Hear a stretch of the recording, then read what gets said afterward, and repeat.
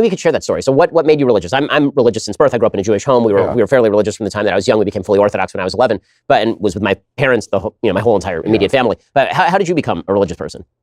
I don't think of myself as religious, but I understand that you're using the word in a neutral sense. Yeah. In high school, I was going through a deep existential crisis, looking for meaning in life, the meaning of my existence, who I was. I later discovered existentialist philosophers were asking the same questions, and I never knew it. So I was filled with darkness and despair as I saw my impending death, the impending death of the universe, and no meaning to it all. And I walked into my high school German class one day, and I sat down behind a girl who's one of these types, that is always so happy it just makes you sick. And I tapped her on the shoulder, and she turned around, and I said to her, "Sandy, what are you always so happy about anyway?" And she said, "It's because I know Jesus Christ is my personal Savior." And I said, "You what?" I said, "Well, I've gone to church." And she said, "Well, that's not enough, Bill. You've got to have him really living in your heart." And I said, "Well, what would he want to do a thing like that for?" And she said, "Because he loves you, Bill."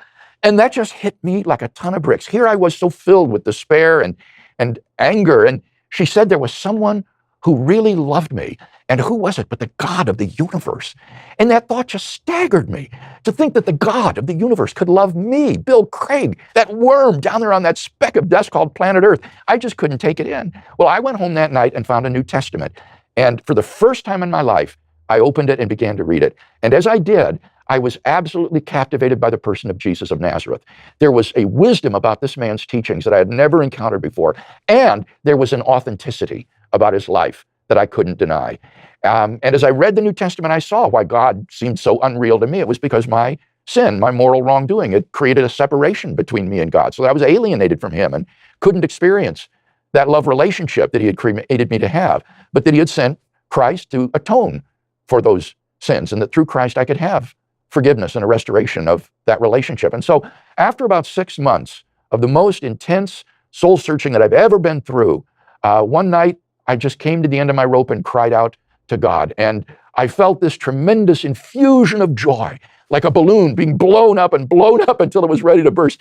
And I rushed outside. It was a warm Midwestern September evening. And as I looked up at the sky, I could see the Milky Way from horizon to horizon. And as I looked up at the stars, I thought, God, I've come to know God. And that moment changed my whole life, because I had thought enough about this during those 6 months to realize that if Bill Craig ever became a Christian, I could do nothing less than give my entire life to spreading this message among mankind. Because if this is really the truth, if it's really the truth, it's the greatest news ever announced.